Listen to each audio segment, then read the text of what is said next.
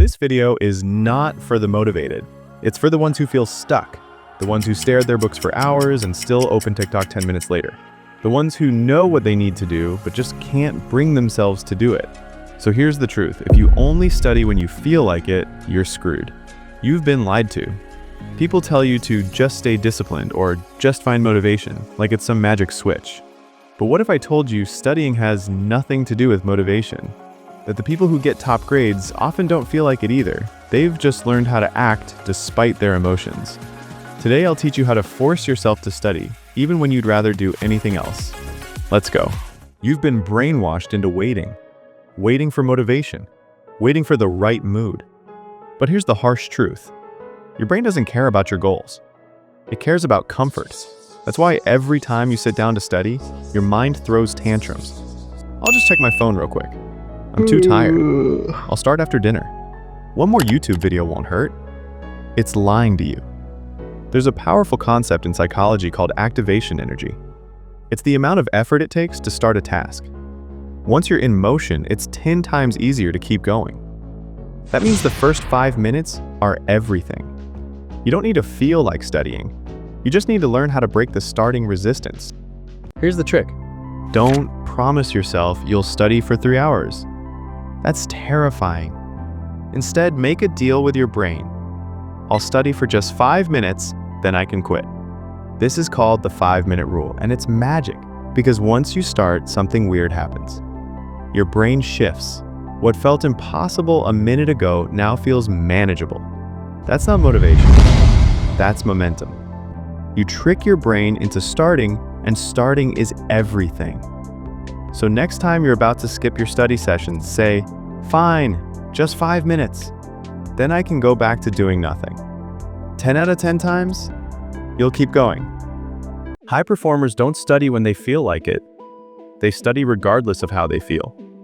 Michael Phelps trained every day for 5 years. No missed days, no breaks. He once trained on his birthday and on Christmas. Why? Because he didn't ask how he felt, he just did the work. If you want to beat procrastination, build a no-feelings system. Pick a time. Same time every day. No negotiations. Pick a place. Make it your focus zone. No bed, no couch. Pick a trigger. This could be a cup of coffee, a specific song, or just opening your book. Do that enough times and your brain starts associating that trigger with focus mode, not laziness. Think like an assassin. You don't wait for the perfect time. You execute. Let me tell you a story.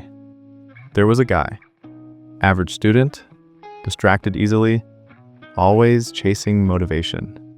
He'd cram the night before exams, burn out, and repeat the same cycle.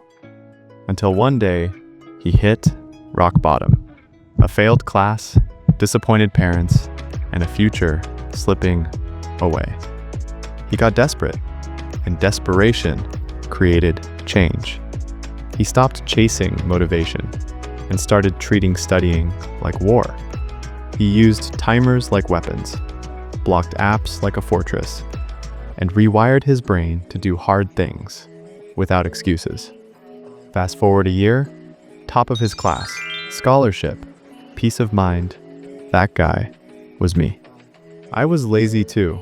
I didn't want to study, but I learned that discipline is a skill, not a personality trait. Here are 6 weapons you can use today to force yourself to study. First, the timer trap. Set a timer for 25 minutes, then break for 5. It tricks your brain into short sprints, not marathons. Second, environmental control. Move your phone out of reach. Seriously, 1 notification equals death of focus. Third, the ugly first draft rule. You don't need to study perfectly, just start messy. You can always refine later. Action and perfection. Fourth, make public promises.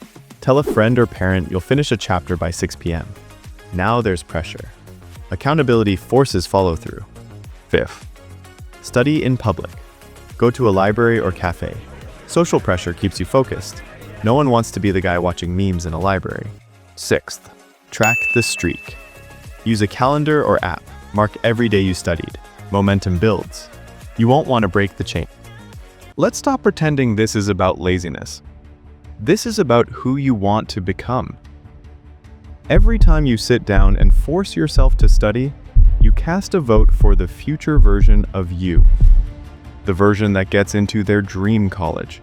The version that walks on stage, diploma in hand. The version that proves everyone wrong, including the voice in your head saying, "I can't."